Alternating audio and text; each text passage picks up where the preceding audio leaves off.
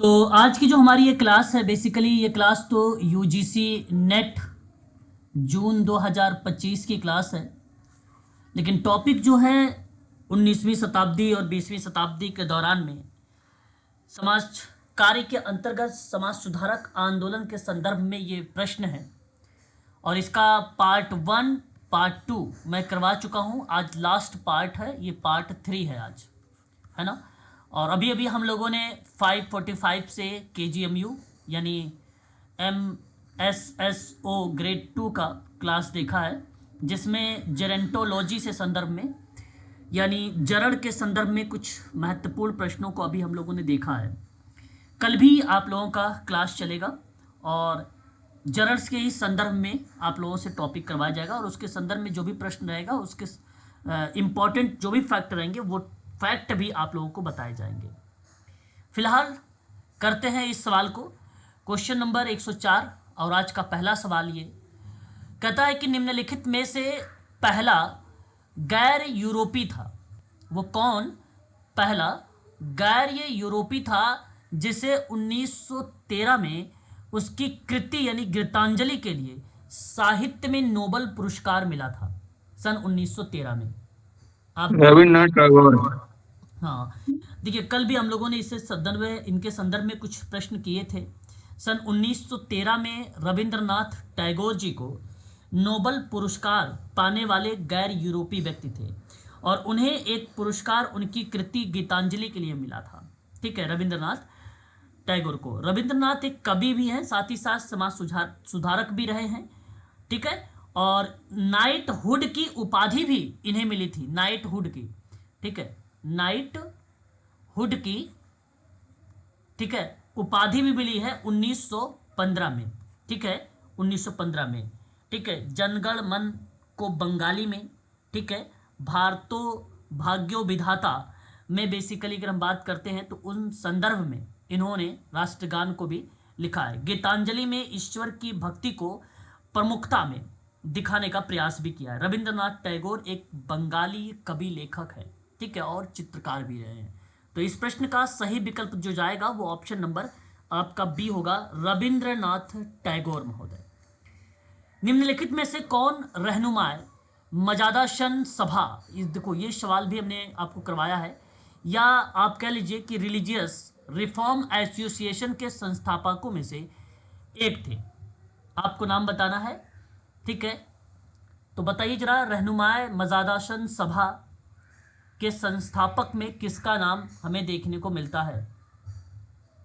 और दादा भाई नौरोजी। नाम तो दादा भाई नरौजी का नाम, ठीक है, JB वाचा का नाम, ठीक है, SS बंगाली जी का नाम, और फरदोन जी नरोजी, फरदोन नरोजी भी आप कह सकते हो, इनका भी नाम देखने को मिला है। मुंबई में सन 1851 में 1851 में इसकी स्थापना हुई थी। यह एक फारसी सुधार आंदोलन था, फारसी सुधार आंदोलन था। इस संस्था का मकसद केवल इतना था कि पारसियों को, है ना, पारसियों की सामाजिक स्थिति को बेहतर बनाना और पारसी धर्म को शुद्ध करना इस आंदोलन का उद्देश्य था। इस संस्था में या आंदोलन में महिलाओं की शिक्षा को लेकर भी बात कही गई थी। पारसियों के सामाजिक विधान में एक रूपता लाना इसका मकसद था रहनुमाए मजादाशन सभा का। ठीक है, तो ये इतनी दो चार बातें हैं, इसके संदर्भ में आपको याद रखनी होगी। लंदन में ईस्ट इंडिया एसोसिएशन की स्थापना किसने की थी? लंदन में ईस्ट इंडिया एसोसिएशन की स्थापना किसने की थी? दादा भाई नौरोजी। चलिए, यहाँ बेसिकली दादा भाई नरौजी का नाम सही माना जाएगा। विकल्प में सी वाला जो ऑप्शन है ये आपका करेक्ट माना जाएगा। दादा भाई नरौजी लंदन में इस एसोसिएशन की स्थापना किया था। SSC CHSL एग्जाम 2023 में हुआ था, टीयर फर्स्ट में, उसमें ये प्रश्न बना गया, जो है पूछा गया था, बनाया गया था। इसकी स्थापना किया कब गया था? तो आप सभी लोग बताइएगा कि 1866 में, 1866 में। म्यूट हो जाइए, ठीक है, म्यूट हो जाइए, बैकग्राउंड आवाज आ रही है, आप ऑन द वे हैं, कहीं रास्ते में जा रहे हैं। ठीक है, तो याद रखिए ये इसका जो जवाब होगा इस प्रश्न का वो विकल्प में आपका सी वाला करेक्ट माना जाएगा। ठीक है, पहला व्याख्यान इस एसोसिएशन में जो देखने को मिला था, पहला व्याख्यान, ठीक है, 2 मई 1867 में, 2 मई 1867 में इस एसोसिएशन का पहला व्याख्यान देखने को मिला था। ठीक है, याद रखेंगे। ईस्ट इंडिया एसोसिएशन ने 1949 में नेशनल इंडियन एसोसिएशन को शामिल कर लिया था। ब्रिटेन, भारत और पाकिस्तान एसोसिएशन एक प्रकार का ये बन गया था 1949 में। फिलहाल इसकी स्थापना की बात करता है अगर लंदन में, तो आप लोग बताइएगा 1866 में। किसने किया है? तो दादा भाई नौरोजी का नाम ही आप लोग को बताना होगा इस प्रश्न में। आगे बात करते हैं अगले प्रश्न की तरफ। अगला सवाल आपके सामने कह रहा है कि निम्नलिखित में से किस संस्था की स्थापना भारत से बाहर हुई थी? उस संस्था की स्थापना के रूप में हमें नाम बताना है इस सवाल में। ठीक है, क्वेश्चन नंबर आपके सामने है, भारत से बाहर बताइए वो कौन सी इंस्टीट्यूट है, कौन सी संस्था है जो जिसकी स्थापना हुई है भारत से बाहर। बताइए, क्वेश्चन नंबर आपके सामने 10। East India association. Okay, east India association, east India association, बोलिए तो सही, यही बोल रहे हो ना? हाँ सर, हाँ। तो बिल्कुल सही जवाब दे रहे हो। ये लंदन में अभी अभी आप लोगों ने सुना भी है इसके बारे में, है ना? अभी अभी इसके बारे में आप लोगों ने सुना भी है। ठीक है, तो बाकी जो संस्थाएं रही हैं वो बेसिकली भारत के अंदर रजिस्टर्ड हुई हैं, एक प्रकार से स्थापित हुई हैं, लेकिन ईस्ट इंडिया एसोसिएशन लंदन में हुआ है। ठीक है, ये ध्यान रखिएगा 1866 में। ठीक है, आगे बात करते हैं क्वेश्चन नंबर 108 में। 108 में 1901 यानी 1901 में poverty and un British rule in India की एक पुस्तक है। इस पुस्तक के लेखक ब्रिटिश शासन के आर्थिक प्रभाव की अत्यधिक आलोचना की गई थी। तो ये किसके द्वारा बेसिकली रिप्रेजेंट किया गया?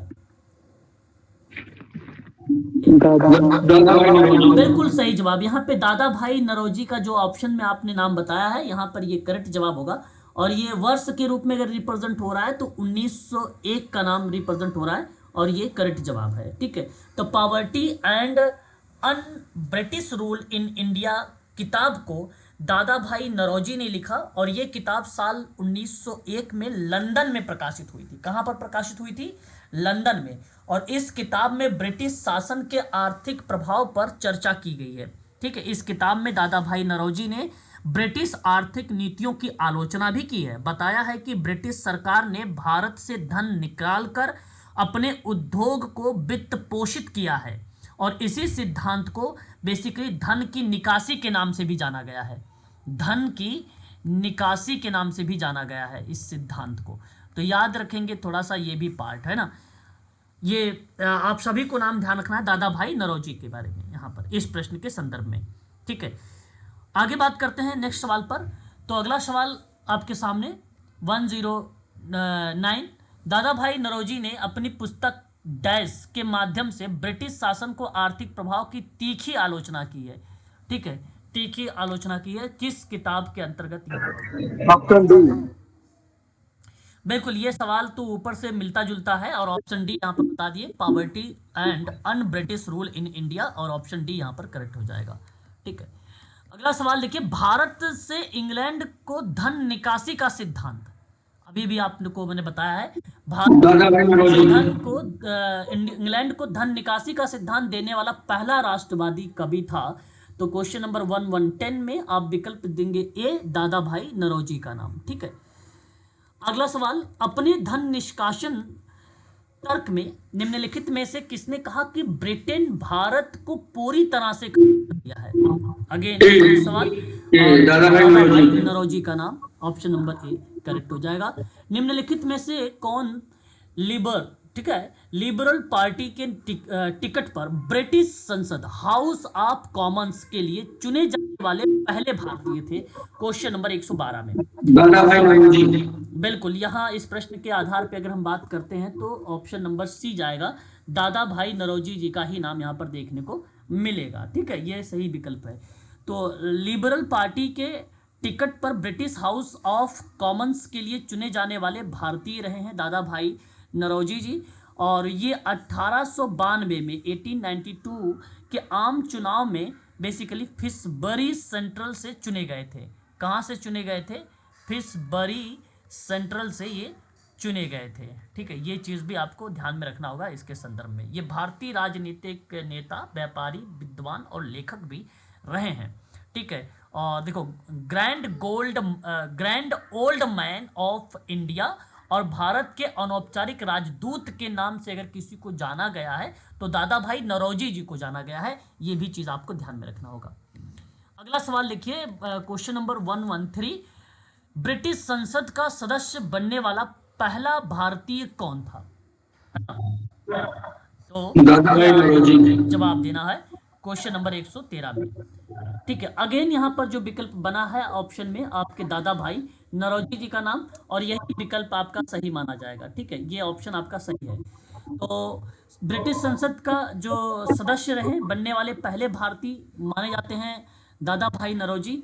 1892 के आम चुनाव में फिशबरी सेंट्रल से लिबरल पार्टी के उम्मीदवार के तौर पर ये चुने गए थे। ये ध्यान रखिए। उनका कार्यकाल था 1892 से लेकर 1895 के बीच में, है ना। ये चीज ध्यान रखना। म्यूट हो जाइए प्लीज, म्यूट हो जाइए, है ना, म्यूट हो जाइए। अगला सवाल, धन का अगर हम बात करते हैं अपवाहन सिद्धांत का निरूपण किसने किया था? धन का अपवाहन सिद्धांत का निरूपण किसने किया है? ये सवाल है आपके सामने, जवाब बताएं। दादा भाई नौरोजी। देखिए, इस प्रश्न में अगर हम बात करते हैं तो विकल्प के आधार पर अगर हम बात करेंगे तो सही ऑप्शन दादा भाई नौरोजी जी का नाम जाएगा। धन का निकासी का सिद्धांत वाला वही पार्ट है, धन का अपवहन। ठीक है, इसी को बोला गया है। भारतीय राष्ट्रवादी और आर्थिक विचारक दादा भाई नौरोजी ने दिया था। इन्होंने सिद्धांत को साल 1867 में अपनी किताब थी इनकी एक, poverty and un British rule in India को बताया था। उसी किताब में इन्होंने इसके बारे में जिक्र किया है। ठीक है, दादा भाई नौरोजी को सर 1901 बताए थे ना सर, उससे पहले सर आप। तो व्याख्यान का पार्ट 1867 में आया था, है ना, 1867 में आया था। व्याख्यान वाला ही पार्ट को रखा गया था, पहला व्याख्यान था ये। पहला व्याख्यान 2 मई 1867, है ना, 1867। तो बेसिकली 1866 में जो ये किताब आई थी उसी समय, लेकिन सही तरीके से इसकी एक्सप्लेनेशंस नहीं किया गया था, व्याख्या नहीं दिया गया था। तो वो 2 मई 1867 को दिया गया था, इसलिए माना जाता है कि 1867, है ना, 1867। और इनका नाम क्या है? Grand old man of India के नाम से भी इनको जाना जाता है। ये चीज़ भी आपको ध्यान में रखना होगा। अगला सवाल, आजादी से पहले के भारत में। सर मेरा एक क्वेश्चन है। जी बताएं। सर ये धन का अपवहन मतलब क्या है इस सिद्धांत में, मुझे समझ में नहीं आया। अरे भाई, इसी के बारे में तो मैं आपको पहले भी बता दिया इसके बारे में, है ना। धन का जो है निष्कासन एक सिद्धांत है जो बेसिकली आलोचना की गई थी, है ना, आलोचना की गए थे कि ब्रिटिश में बेसिकली जो भी उद्योग में लगाए गए पैसे थे वो भारत से लाए गए पैसे थे, है ना, भारत से लाए गए पैसे थे। उसी पर इन्होंने आलोचना किया था, है ना। उसी आलोचना को इन्होंने नाम दिया है धन का अपवहन या धन का निष्कासन सिद्धांत। ब्रिटिश औपनिवेशिक शासन के दौरान भारत से धन का निरंतर प्रवाह को बताता है। ये भारत के जो पैसे थे उन्होंने ब्रिटिश वालों ने अपने जगह पर यूज़ कर लिए थे और उससे उद्योग वगैरह खोले थे। उसी में बताया इसने कि ये पूंजी जो है भारत से ली गई है, उसी का नाम रखा है धन का अपवहन या निष्कासन। ठीक है, क्वेश्चन नंबर 115, आज़ादी से पहले के भारत में, ठीक है, गरीबी रेखा की अवधारणा पर चर्चा करने वाले पहले व्यक्ति कौन थे? पहले व्यक्ति कौन थे, ये सवाल आपके सामने है। जवाब आपको बताना है, क्या ऑप्शन बन सकता है इस प्रश्न? दादा भाई नौरोजी। ओके, क्वेश्चन नंबर 15 में 115 के आधार पर अगर आप बात कर रहे हैं कि दादा भाई नौरोजी जी का नाम, तो आपने सही दिया है। सन 1901 में अपनी एक किताब को लेकर रिप्रेजेंट करते हैं गरीबी रेखा की अवधारणा को दर्शाने के परिप्रेक्ष्य में। अभी अभी आपने 1901 की किताब के बारे में भी मैंने बताया आप लोगों की, poverty and un British rule in India, जिसमें गरीबी रेखा की अवधारणा को पेश किया था। ठीक है, और वो दादा भाई नौरोजी ने दिया था। तो सही विकल्प पहला ही बनेगा। स्वतंत्रता से पहले भारत में दादा भाई नौरोजी डैश की अवधारणा पर चर्चा करने वाले पहले व्यक्ति बने थे। वो कौन सी इसमें पार्ट था, किसके बारे में इन्होंने पहले अवधारणा पर चर्चा किया है, जो कि 4 पॉइंट आपके सामने नीचे दिए गए हैं। गरीबी रेखा। गरीबी रेखा। हाँ, ये स्वतंत्रता से पहले भारत में गरीबी रेखा की अवधारणा का चर्चा करने वाले पहले जो व्यक्ति बने वो दादा भाई नौरोजी थे, और सन 1901 की किताब में इन्होंने साफ शब्दों में बता भी दिया है इसकी अवधारणा को लेकर। क्वेश्चन नंबर 117 में किस स्वतंत्रता सेनानी को भारतीय राजनीतिक का पितामह या ब्रैकेट में the grand old man of India के नाम से जाना जाता है? ये भी आपको अभी भी मैंने बताया है, दादा भाई नौरोजी का नाम है ना, ये भी ध्यान रखना है। निम्नलिखित में से किसे आदरपूर्ण भारत का वयोवृद्ध पुरुष कहा गया है? क्वेश्चन नंबर 118 में आपके पास 4 ऑप्शन भी है, जरा बताइए। भारत का वयोवृद्ध पुरुष के नाम दिया गया है, तो लाला हरदयाल। हाँ, दादा भाई नौरोजी जी को ही बेसिकली बताया गया है भारत का वयोवृद्ध पुरुष, इन्हीं को बताया गया है। क्वेश्चन नंबर 119, दादा भाई नौरोजी एक डैश थे, सैनिक थे, ब्रिटिश अधिकारी थे, व्यवसायी थे, चिकित्सक थे? ब्रिटिश अधिकारी। दादा भाई नौरोजी को यहाँ पे जो सवाल पूछा गया, तो इस दृष्टिकोण में देखा जाए तो एक ब्रिटिश भारतीय अधिकारी। स्वतंत्रता सेनानी भी रहे हैं, साथ ही साथ राजनीतिज्ञ भी रहे हैं, व्यापारी भी रहे हैं, विद्वान भी रहे हैं, लेखक भी रहे हैं, ब्रिटिश संसद में चुने जाने वाले पहले भारतीय भी माने जाते हैं। इसी की वजह से इनको भारत का ग्रैंड ओल्ड मैन के नाम से जाना गया है कि नहीं? यही सारे रीजंस रहे हैं, लेकिन इस सवाल का जो विकल्प माना जाएगा वो क्वेश्चन नंबर सी, एक व्यवसायी है। Option number C correct, option C सही होगा आपका। अगला सवाल देखिए, सवाल आपके सामने कि सामाजिक धार्मिक सुधारों के उद्देश्य से रस्त गुफ्तार है ना, रस्त गुफ्तार नामक पत्रिका किस समुदाय के लिए शुरू की गई थी? क्वेश्चन नंबर 120 बताइए। इस प्रश्न का विकल्प बनेगा क्या? डी। अच्छा, एक ऑप्शन आरसी जो है वही गायब है। सही विकल्प होगा ऑप्शन नंबर आपका डी, है ना। यहाँ पे पारसी समुदाय, ठीक है, सामाजिक धार्मिक सुधार के उद्देश्य से अगर हम बात करते हैं यहाँ पे रस्त गुफ्तार नामक पत्रिका के बारे में, तो यह पत्रिका का जो रोल रहा है वो पारसी समुदाय के लिए रहा है। ये पारसी समुदाय के लिए बेसिकली सामाजिक सुधारों के लिए जागरूकता फैलाने के संदर्भ में था, ये है ना, जागरूकता फैलाने के संदर्भ में था। ये बात जरूर ध्यान रखिएगा। इसका मतलब ये था सत्य बताने वाला, ठीक है। तो ये चीज़ किसके द्वारा शुरू किया गया था? तो क्या नाम बताएंगे आप, किनके द्वारा? दादा भाई नौरोजी। हाँ, दादा भाई नौरोजी के द्वारा ये बेसिकली शुरू किया गया था, है ना। ये भी आपको ध्यान में रखना है इसके संदर्भ में 1854 में मुंबई में।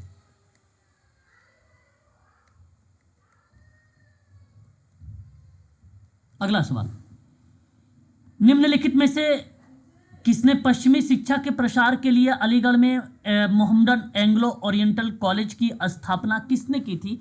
ये भी सवाल आपको बता भी सकते हैं। सर सैयद अहमद खान का नाम यहाँ पर देखने को मिलता है, और आप लगा सकते हैं ऑप्शन में जो सी लिखा हुआ यहाँ पर, ये करेक्ट जवाब होगा। अलीगढ़ में मोहम्मदन एंग्लो ओरिएंटल कॉलेज की स्थापना, और इसी कॉलेज बाद में बेसिकली अलीगढ़ मुस्लिम विश्वविद्यालय के नाम से जाना गया है, ठीक है। ये चीज़ ध्यान रखिएगा। अलीगढ़ मुस्लिम विश्वविद्यालय का दर्जा मिला है सन 1920 में, है 1920 में, ठीक है। ये बात भी ध्यान में रखना है आप लोगों को। और अलीगढ़ में मोहम्मदन एंग्लो ओरिएंटल कॉलेज की स्थापना के परिप्रेक्ष्य में अगर हम बात करेंगे तो वो 1875 का ही वर्ष मिलेगा। यहाँ तो बेसिकली 1920 में क्या हुआ है, ये एक विश्वविद्यालय का दर्जा मिला है, विश्वविद्यालय का दर्जा मिला है ये, ठीक है, दर्जा। निम्नलिखित में से अलीगढ़ आंदोलन के संस्थापक जो भारत के मुसलमानों के पुनरुत्थान के लिए काफ़ी हद तक उन्होंने के उत्तरदायी माना जाता है या कहा गया है, वह कौन विद्वान है जो बेसिकली अलीगढ़ आंदोलन के संस्थापक? ओके, यहाँ आप कह रहे हैं कि सर सैयद अहमद खान, बिल्कुल ऑप्शन सी करेक्ट होगा। भारत के महान मुस्लिम सुधारकों में से एक थे, और इन्होंने मुस्लिमों के आधुनिक शिक्षा के प्रसार और सामाजिक सुधार के लिए इन्होंने बेसिकली काम किया है। विकल्प में आपका सी वाला ऑप्शन करेक्ट हो जाएगा। किस वर्ष में हिंदू महासभा की स्थापना मुस्लिम कट्टरवादी की प्रतिक्रिया के रूप में की गई थी? ये सवाल आपके सामने है, क्वेश्चन नंबर 124। किस वर्ष हिंदू महासभा की स्थापना के बारे में जिक्र किया गया है और उसकी प्रतिक्रिया के रूप में किस वर्ष इसकी स्थापना की गई? तो 1915 में। 1915 में। ठीक है, तो हिंदू महासभा की स्थापना 1915 में। संगठन का उद्देश्य था हिंदू राष्ट्रवाद को बढ़ावा देना और हिंदू समुदाय के हितों की रक्षा करना था। ठीक है, तो इस प्रश्न का विकल्प जो माना जाएगा वो पहला वाला विकल्प आपका सही होगा, ये वाला।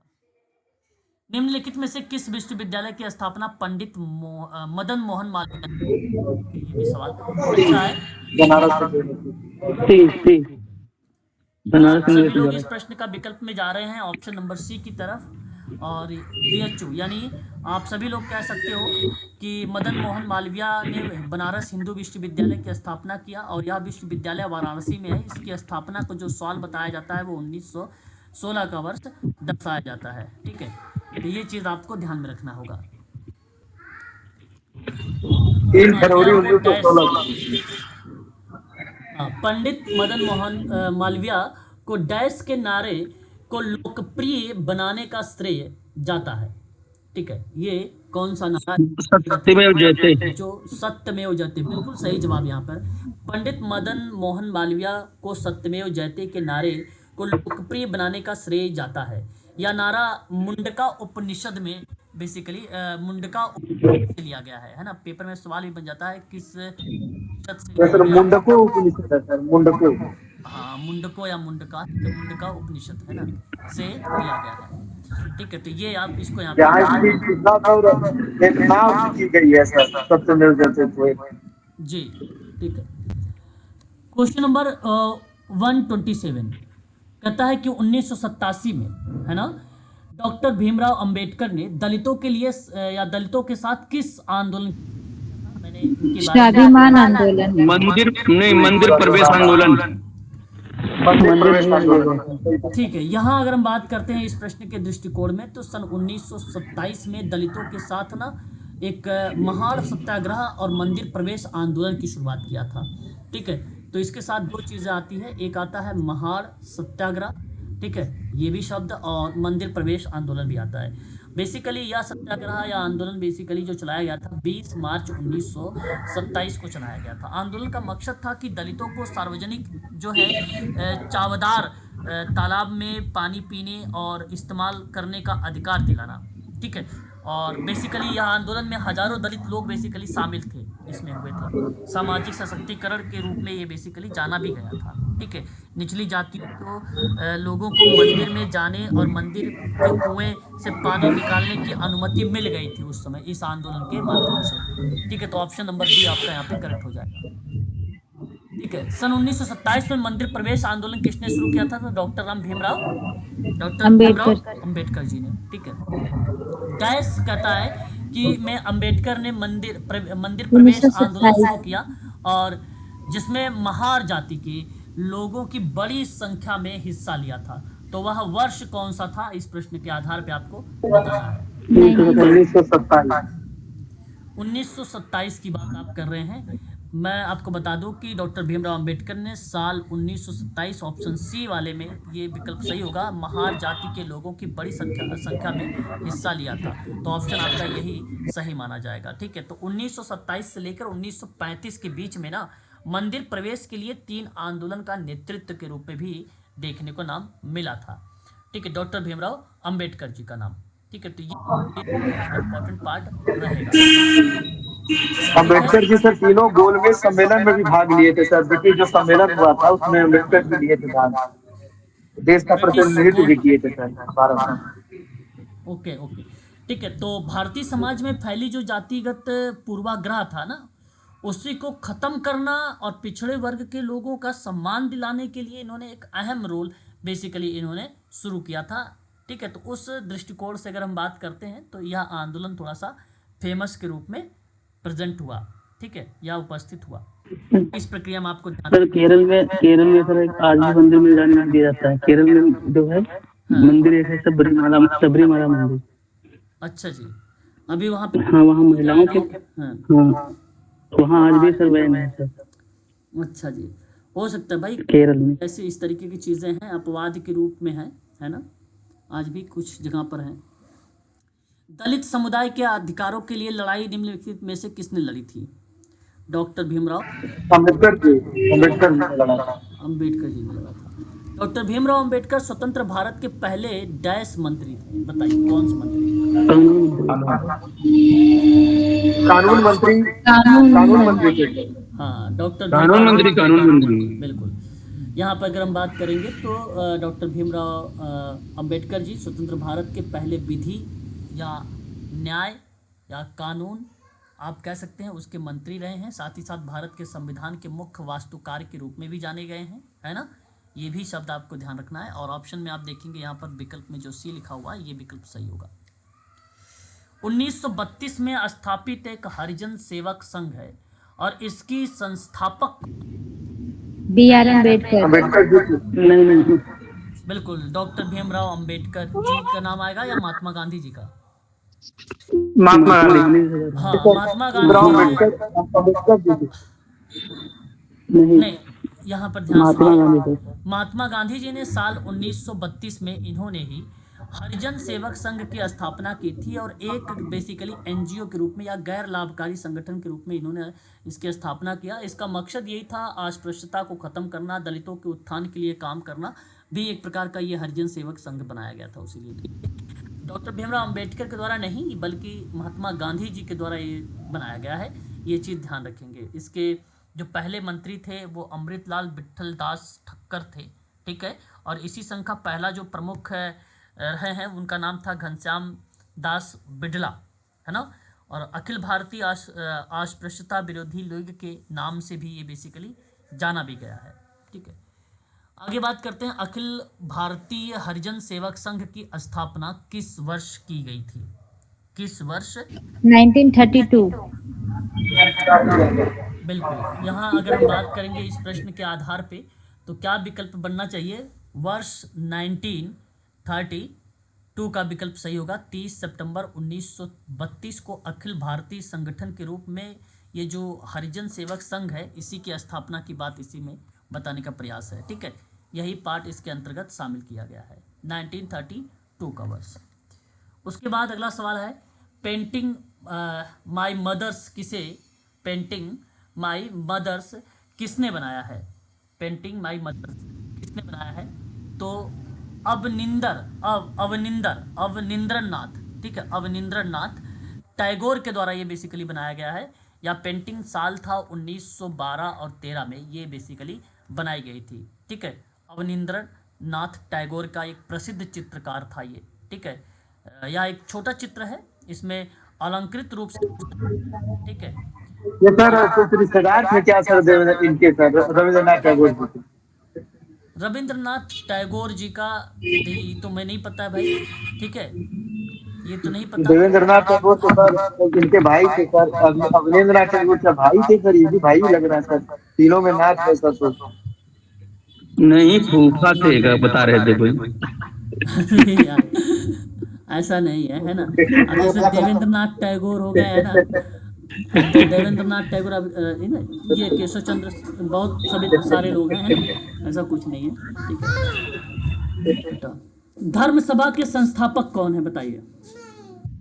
राजा राम मोहन है। धर्म सभा के संस्थापक कौन है? दादा भाई, क्या बोल रहे हो दादा भाई? आरजी भंडारकर। अरे धर्म सभा मैंने आप लोगों को पढ़ाया भी है, राधाकांत दादोबा पांडुरंग थे सर, दादोबा पांडुरंग। राधाकांत देव धर्म सभा के संस्थापक में आप नोट्स नहीं देखते। हाँ सर, हाँ। जो फेमस चीजें हैं उसको आप लोग याद रखते हो। 1830 में कलकत्ता में राधाकांत देव ने इस संस्था की स्थापना की थी। मैंने इसको 2 बार बताया है आपको क्लास में, है ना। एक बार क्लास समाप्त हुई थी तब बता रहा था, दूसरे दिन यहीं से क्लास स्टार्ट किया था तो बताया था, है ना। आगरा में एक बैंकर शिवदयाल साहब ने डैश में राधा स्वामी सत्संग की स्थापना की थी। ये देखो पेपर में सवाल आ चुका है एक बार, ये पेपर में सोशल वर्क में आ चुका है ना। नाम राधा स्वामी सत्संग की स्थापना के दृष्टिकोण से ये सवाल पूछा गया है। तो आप बताइए इसका सही विकल्प किधर लगाएंगे, किस ऑप्शन की तरफ जाएंगे? एसएससी एमटीएस में भी ये सवाल पूछा गया 2024 में। 1861। हाँ 1861 बिल्कुल सही विकल्प है यहाँ पे। शिवदयाल साहब ने 15 अगस्त 1861 को आगरा में राधा स्वामी सत्संग की स्थापना की। राधा स्वामी सत्संग एक आध्यात्मिक संगठन है जो ईश्वर प्राप्ति के लिए ध्यान और आंतरिक आध्यात्मिक विकास के महत्व को समझाता है। ठीक है, और मैं आप सबसे कहूँगा कि यहाँ विकल्प में जो जाएगा ऑप्शन नंबर सी 1861 यही ऑप्शन सही है। थियोसॉफिकल सोसाइटी के संस्थापक कौन थे, इस प्रश्न के आधार पे आपको जवाब। Option D. ऑप्शन बी आप बता रहे हैं, ऑप्शन बी। ऑप्शन सी, अच्छा HP ब्लॉक कर्नल ओलकॉट का नाम आता है। ऑप्शन सी यहाँ पे सही माना जाएगा। ठीक है, स्थापना के रूप में 1875 न्यूयॉर्क शहर में अमेरिका में, और इसका मुख्यालय बेसिकली बनाया गया भारत के मद्रास अडियार में सन 1882 में, है ना। थियोसॉफिकल सोसाइटी बहुत ही महत्वपूर्ण संस्था है ना, सोशल वर्क में इससे भी सवाल पूछा जा चुका है। एनी बेसेंट निम्नलिखित में से किस सामाजिक धार्मिक आंदोलन से जुड़ी हुई है? क्वेश्चन नंबर 138, विकल्प बताना है आपको।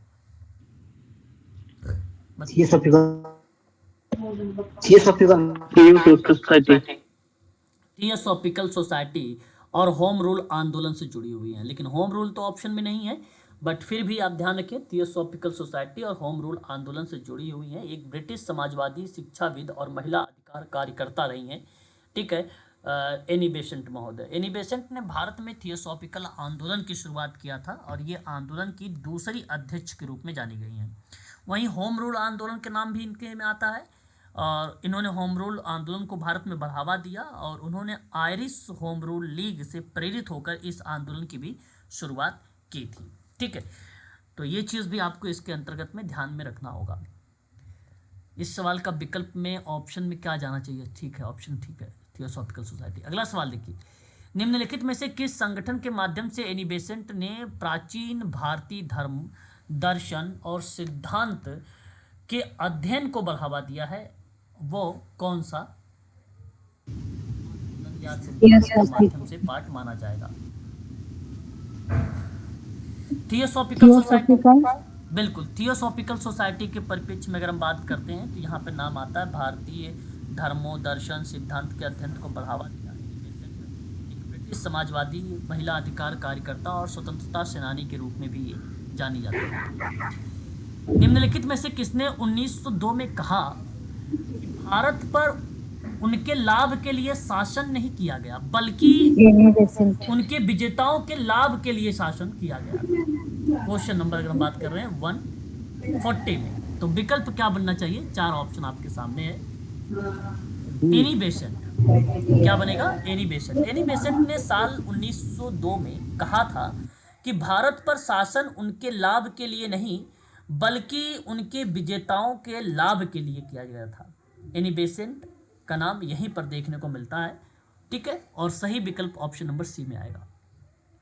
एनी बेसेंट ने सन 1898 में, ठीक है, डैश में सेंट्रल हिंदू कॉलेज की नींव रखी, जहां हिंदू धर्म और पश्चिमी वैज्ञानिक बनारस जाते हैं। वो पॉइंट कौन सा माना जाएगा? सही ऑप्शन में अगर आप बनारस में सर किया था सर, क्या बनारस में सेंट्रल हिंदू कॉलेज, गर्ल्स? हाँ बिल्कुल, बनारस में आप कह सकते हैं कि सेंट्रल हिंदू कॉलेज की स्थापना 1898 में, और इसी कॉलेज में हिंदू धर्म और पश्चिमी वैज्ञानिक विषय दोनों पढ़ाए जाते थे।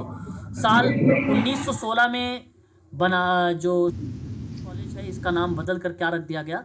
BHU, है ना, बनारस हिंदू विश्वविद्यालय कर दिया गया है कि नहीं? ठीक है, होम रूल लीग की स्थापना सन 1916 में किया था। निम्नलिखित में से कौन डेक्कन एजुकेशन सोसाइटी के संस्थापक में से एक माना जाता है? नाम बता। कल भी हम लोगों ने शायद इसके बारे में एक सवाल इसी हूबहू देखा था इसके संदर्भ में, है ना। ठीक है, एक अगर हम बात करते हैं डेक्कन एजुकेशन सोसाइटी 1884 के रूप में, तो एक नाम आता है बाल गंगाधर तिलक का, एक नाम आता है गोपाल गणेश अगरकर जी का, है कि नहीं? डेक्कन एजुकेशन सोसाइटी के संदर्भ में, है ना। इनका नाम हम लोगों ने सुना भी है और देखा भी है कि नहीं, इसके संदर्भ में। लेकिन क्वेश्चन नंबर 142 में यहाँ पर इन दोनों में से कोई नाम नहीं है, तो विकल्प में क्या बनना चाहिए ऑप्शन नंबर में आपका? पांडुरंग। अगरकर तो है, अगरकर तो है ना, अगरकर का नाम है इसमें, अगरकर का नाम आएगा, पांडुरंग का नाम नहीं आएगा दुर्गा भाई, है ना। अगरकर का नाम है। किस समाज सुधारक ने वर्ष 1896 में पूना में एक शैक्षिक संस्थान खोला था जिसका नाम रखा था हिंदू विधवा गृह? किस समाज सुधारक ने ये हिंदू विधवा गृह की स्थापना किया था? डी.के. कर्वे यानी धोडो केशव कर्वे 1896 में पूना में हिंदू विधवा गृह की स्थापना किया और एक शैक्षिक संस्थान थी।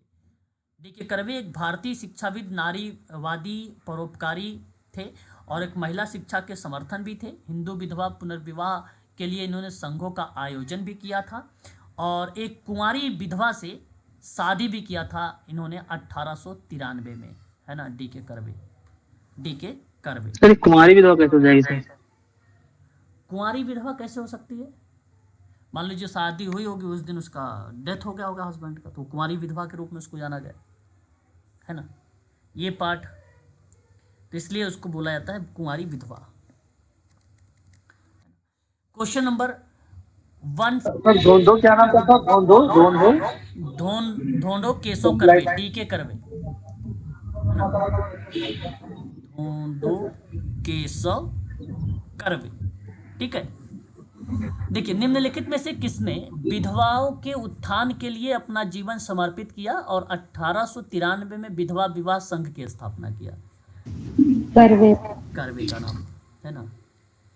भारत के प्रथम महिला विश्वविद्यालय की स्थापना किसके द्वारा किया गया था? देखिए, बहुत बढ़िया क्वेश्चन है, डी ऑप्शन।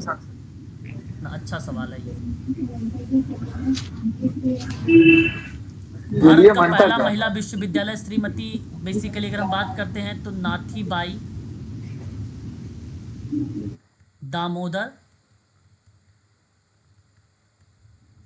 ठाकर, है ना, से महिला विश्वविद्यालय मुंबई में स्थापित किया, जिसकी स्थापना में डी.के.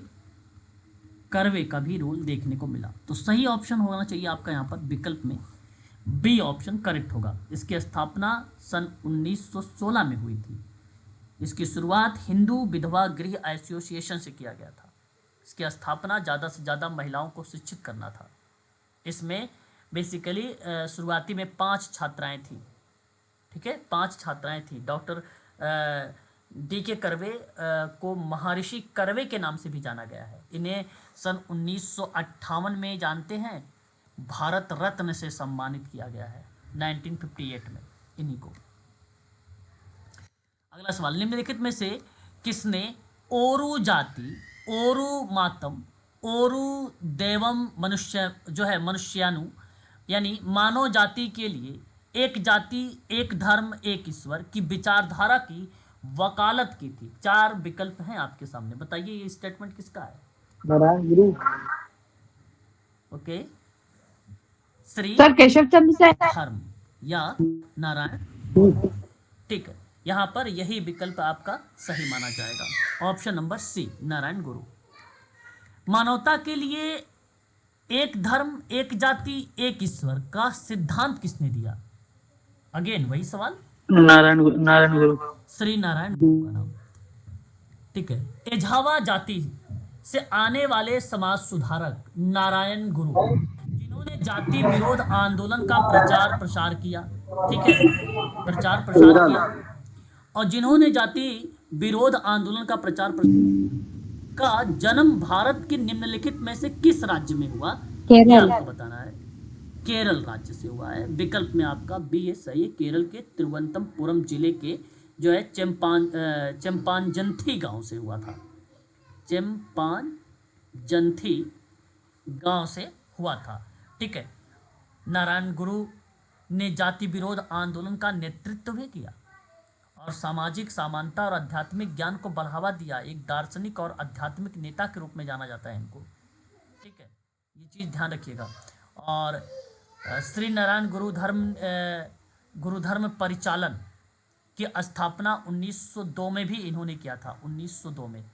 अपने पेपर में हमेशा एक नाम पूछा जाता है, SNDP का नाम, सर इनकी संस्था का नाम बता दीजिएगा। SNDP किसका नाम? नारायण गुरु जी की संस्था का नाम। हाँ, वही तो मैं आपके सामने लिख रहा हूँ, आप नोट कर लीजिए इसको। नाम है इसका श्री नारायण, डी से धर्म, पी से परिपालन, ठीक है। 1902 ये पेपर में आ सकता है, पेपर में, ठीक है। काफी इंपॉर्टेंट है ये सवाल, है ना। शिव नारायण अग्निहोत्री ने लाहौर में देव समाज की स्थापना कब की थी? 92। 92 यानी 1892, ठीक है। यहाँ अगर हम बात करेंगे मैडम तो 1867, 16 फरवरी 1887, 16 फरवरी 1887 को अग्निहोत्री ने देव समाज की स्थापना की। ब्रह्मो तर्कवाद को खारिज कर दिया था। ब्रह्मो सुधारवाद के तथ्यों को बरकरार रखते हुए गुरु को एक प्रबुद्ध आत्मा के रूप में अपनी केंद्रीय अवधारणा पर आधारित क्रियाओं को बताया। तो विकल्प में आपका सी जाएगा, ठीक है, ना कि बी। 1863 में कलकत्ता में स्थापित जो है मोहम्मदन लिटरेरी सोसाइटी की स्थापना किसके द्वारा बेसिकली किया गया है? ये सवाल आपके सामने। मिर्जा गुलाम अहमद। नवाब सर अब्दुल सैयद लतीफ। ठीक है। डी आपका विकल्प होगा। इतिहास में अगर हम बात करें, मोहम्मदन लिटरेरी सोसाइटी की स्थापना 1863 में कलकत्ता में नवाब अब्दुल लतीफ के द्वारा बेसिकली इसकी स्थापना की गई थी, ठीक है। ये याद रखेंगे इसके संदर्भ में। बनारस में 1791 में किस कॉलेज की स्थापना की गई थी? ठीक है, 1791 संस्कृत कॉलेज की संपूर्णानंद संस्कृत विश्वविद्यालय। ओके। बनारस में 1791 में हिंदू संस्कृत कॉलेज। महाविद्यालय, संस्कृत कॉलेज या महाविद्यालय की स्थापना हुई। राजकीय संस्कृत महाविद्यालय के इंडिया नाम की से भी सबसे जाना बड़ी जाता यूनिवर्सिटी है सर, संस्कृत है। महाविद्यालय इस कॉलेज की संपूर्णानंद। स्थापना ईस्ट इंडिया कंपनी के रेजिडेंट जो है जोनाथन डक्कन ने की। गवर्नर जनरल लॉर्ड कॉर्नवालिस के प्रस्ताव में मंजूरी दी थी। उस समय से ये स्थापित किया गया है। बहुत सर ये पुरानी बनारस में हुई थी संस्कृत बनारस कॉलेज के। में, बिल्कुल। जी संपूर्णानंद संस्कृत विश्वविद्यालय है। हाँ, 1958 में इसको विश्वविद्यालय का नाम मिला। 58 में।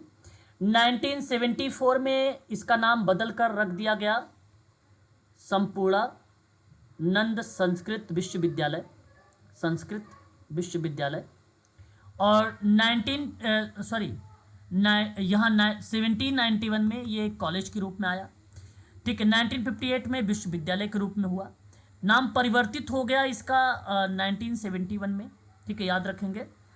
स्नातकोत्तर शिक्षा जो शुरू किया गया था, पीजी की जो परीक्षा शुरू की गई या शिक्षा जो शुरू किया गया, वो 1857 में शुरू किया गया। इसमें परीक्षा प्रणाली लागू की गई इसमें 1880 से।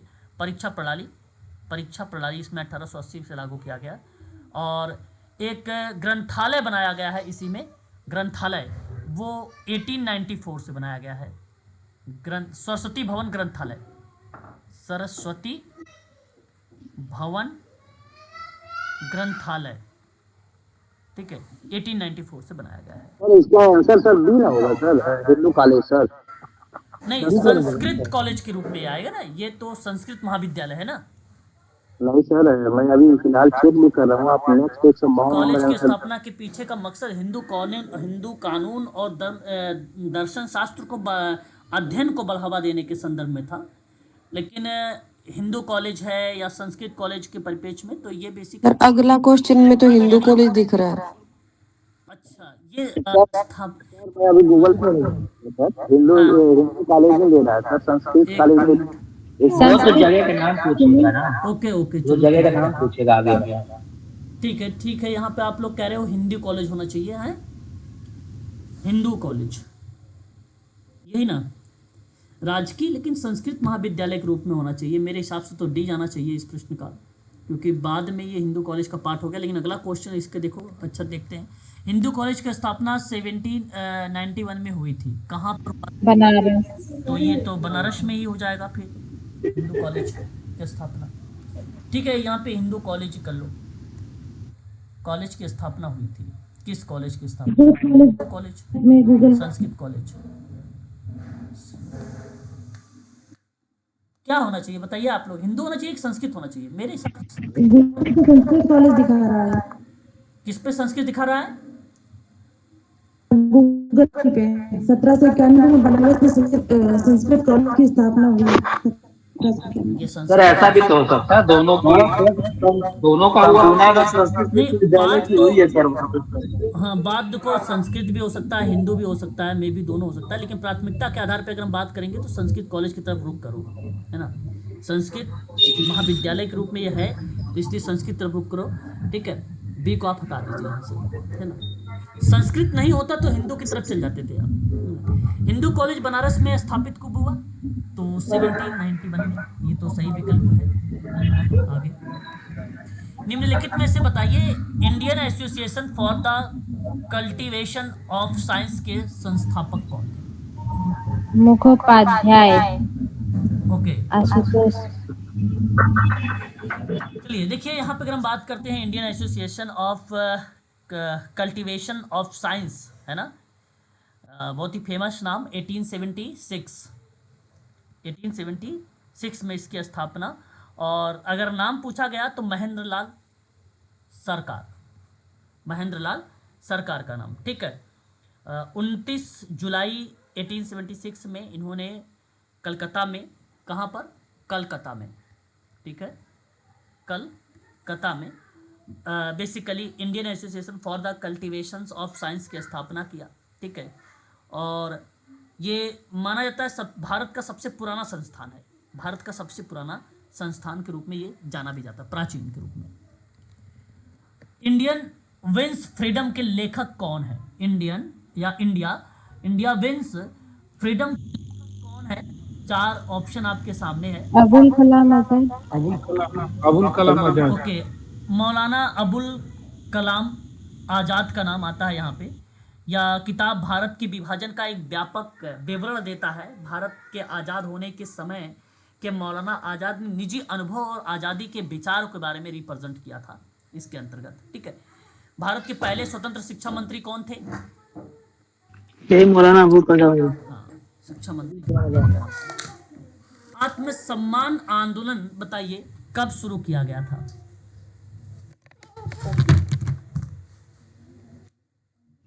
ज्योतिबा फुले ने किया था।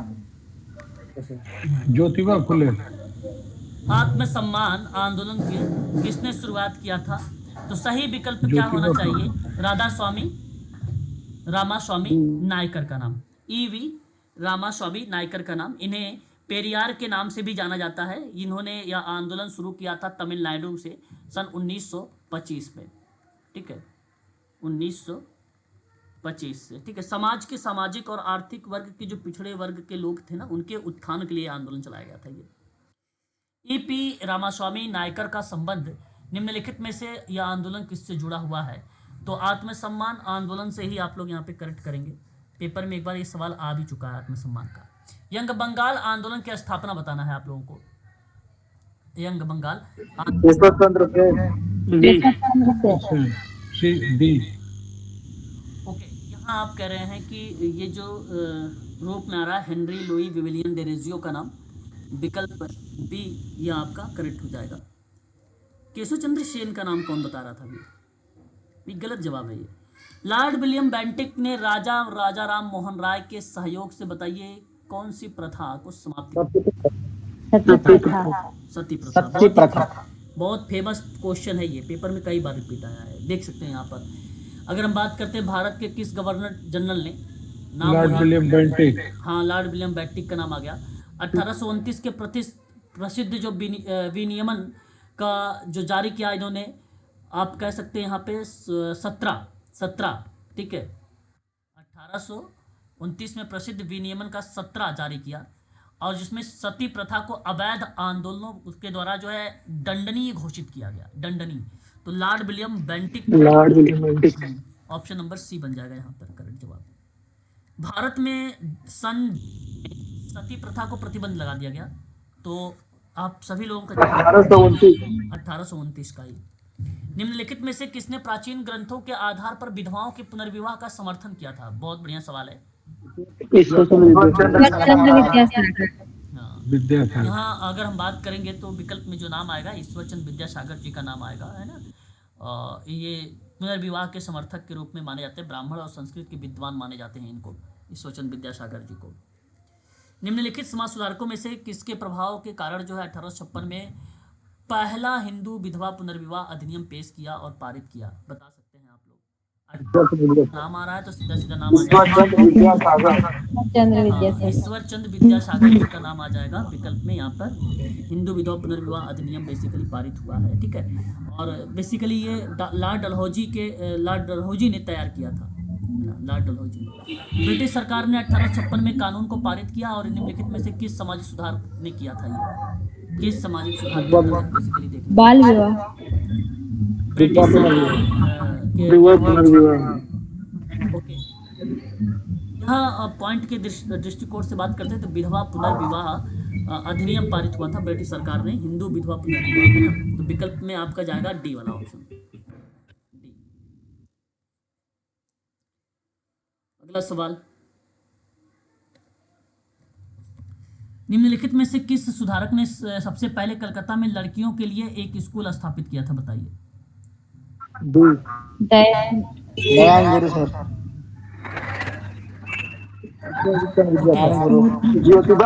महात्मा फुले ने कर दिया था। निम्नलिखित में से किस सुधारक ने सबसे पहले कलकत्ता में लड़कियों के लिए, है ना, बंगाली सुधारक थे ईश्वरचंद विद्यासागर, इन्होंने लड़कियों के लिए एक स्कूल स्थापित किया था, ठीक है। और इस प्रश्न के दृष्टिकोण से अगर हम बात करेंगे तो विकल्प में जो जाएगा ऑप्शन वो ईश्वरचंद विद्यासागर जी का नाम जाएगा, ईश्वरचंद विद्यासागर जी का नाम जाता है इस प्रश्न के आधार पर अगर हम बात करेंगे तो, ठीक है। ईश्वरचंद विद्यासागर ने लड़कियों के लिए स्कूल स्थापित किया था। कहाँ पर किया था ना? डैश कलकत्ता स्थापित किया। कहाँ पर स्थापित इन्होंने किया था ईश्वरचंद विद्यासागर महोदय ने? Calcutta. Calcutta, okay. Option number B, Calcutta के बेथुन स्कूल था, है ना, कलकत्ता का बेथुन स्कूल था। ये आपका विकल्प में यहाँ पे सही हो जाएगा। बाल विवाह निषेध अधिनियम निम्नलिखित में से किस वर्ष पारित?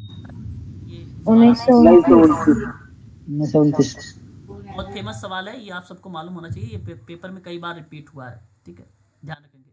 तो 1929। और बाल विवाह निषेध अधिनियम के परिप्रेक्ष्य में अगर हम बात करते थे, संशोधन का पाठ रहा है 2006 वाला, ठीक है। पहला जो था वो 1929, फिर उसके बाद संशोधन का पाठ रहा है, ठीक है। तो लड़कियों की शादी की न्यूनतम आयु जो है 18 वर्ष कर दी गई, ठीक है। 1929 में 14 वर्ष की कम उम्र की लड़कियों और 18 वर्ष से कम उम्र के लड़कों के विवाह पर रोक लगाने का कौन सा आइन पारित हुआ था? शारदा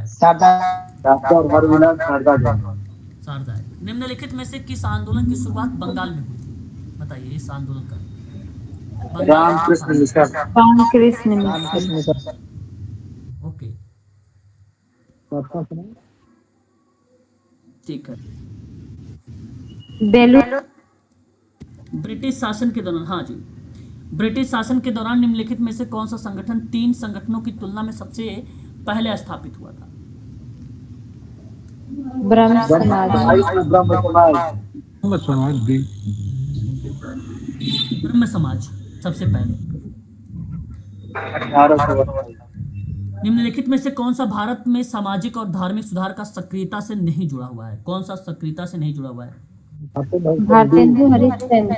हाँ, हिंदी के ये लेखक माने जाते हैं। हाँ, ये भारतेंदु हरिश्चंद्र जी का नाम जो आता है ना, आधुनिक हिंदी साहित्य के और हिंदी थिएटर के जनक माने जाते हैं ये, है ना, गद्य लेखक हैं। इन्होंने एक बहुत निबंध लिखा था, भारतीय दुर्दशा। इनके कई पार्ट रहे हैं। भारत की विविधता कई बहुत बहुत हाँ, बहुत बहुत सारी चीजें इनके हैं। देखो 19वीं सदी में भारतीय समाज सुधारक के बारे में बताइए, कौन सा कथन गलत लिखा हुआ है? ईश्वरचंद्र विद्यासागर समाज के संस्थापक हैं, यही गलत है। यही तो गलत हो गया, पहला सही हो गया ये। भारतीय समाज सुधारक और उनके द्वारा संगठित निम्नलिखित में से संगठनों का निम्नलिखित में से कौन सा युग्म सम्मिलित है? सबसे सही आपको युग्म बताने हैं, इसमें कौन सा सम्मिलित किया? 173 का कौन सा होगा? Option C. Option C. ठीक है, आपसे अगर हम बात करेंगे इस प्रश्न में कि जो है बदरुद्दीन तैयब जी, बॉम्बे प्रेसिडेंट एसोसिएशन का, तो ये पॉइंट आपका यहाँ पे करेक्ट माना जाएगा, है ना। बेसिकली इस संगठन के नेतृत्व में एक अहम रोल इन्होंने अदा किया था। भारतीय राष्ट्रीय कांग्रेस के तीसरे अध्यक्ष के रूप में इनका नाम देखने को मिलता है। ठीक है, बाल विवाह दहेज प्रथा को रोकना चाहते थे ये। ठीक है, बदरुद्दीन तैयब जी संस्थापक में इनके द्वारा स्थापित सामाजिक धार्मिक संगठन के उचित मिलान का विकल्प पहचानिए। उचित मिलान कौन सा है? सही मिलान, सही मिलान पहचानिए। पहला सही मिलान है ना, ए, स्वामी विवेकानंद रामकृष्ण मिशन। ठीक है, संस्थापक के नाम और सामाजिक धार्मिक संगठन का नाम। ठीक है, निम्नलिखित में से बताइए, आंदोलन से संबंधित संस्थापकों का साथ सम्मिलित करिए। आपको सम्मिलित करना है, यानी मिलाना, इसमें मिलान करना है। ठीक है, इसमें मिलान करना है। तो फर्जी आंदोलन किससे संबंधित है? ए का 4 से हाजी सरियतुल्ला, मोहम्मदन लिटरेटी नवाब किससे? नवाब नवाब अब्दुल लतीफ।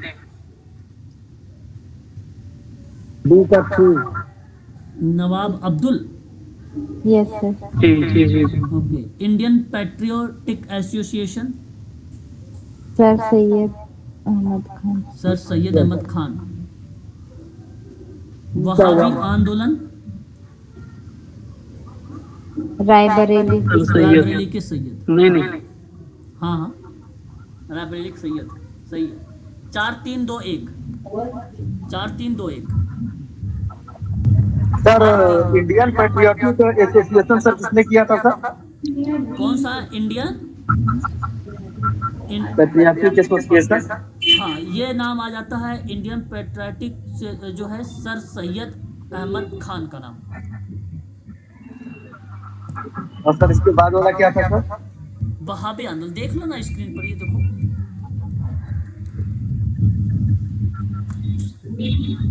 ठीक है, sir Syed Ahmed Khan, Indian patriotic association, Nawab Abdul Latif का जो नाम हमें देखने को मिलता है ये तीसरे में, मोहम्मदन लिटरेरी सोसाइटी में, और इनका नाम देखने को मिलता है सर सैयद अहमद खान में। वहाबी आंदोलन का नाम देखने को मिलता है रायबरेली के सैयद। देखिए यहाँ पर भी सम्मिलित करना है, आपको बताना है केशव चंद्र सेन की कौन संस्था रही है? केशव चंद्र सेन का ब्रह्म समाज, हाँ, दयानंद सरस्वती का आर्य समाज। दयानंद सरस्वती का आर्य समाज, यानी 2, 4। अलीगढ़ का सैयद अहमद खान। पांडुरंग का प्रार्थना समाज। और अलीगढ़ 3। तो 2, 4, 1, 3, 2, 4, 1, 3, 2, 4, 1, 3 आपका तीसरा विकल्प। निम्नलिखित में से फिर मिलान करना, धर्म सुधार आंदोलन के संस्थापक का नाम बताइए। आर्य समाज, पहला का 2, दूसरा का 1। ओके। वेद समाज का केशव सेन। वेद प्रार्थना समाज का समाज का आत्माराम पांडुरंग। और 2, 1, 4, 3। 2, 1, 4, 3, 2, 1, 4, 3 विकल्प में बी। ठीक है,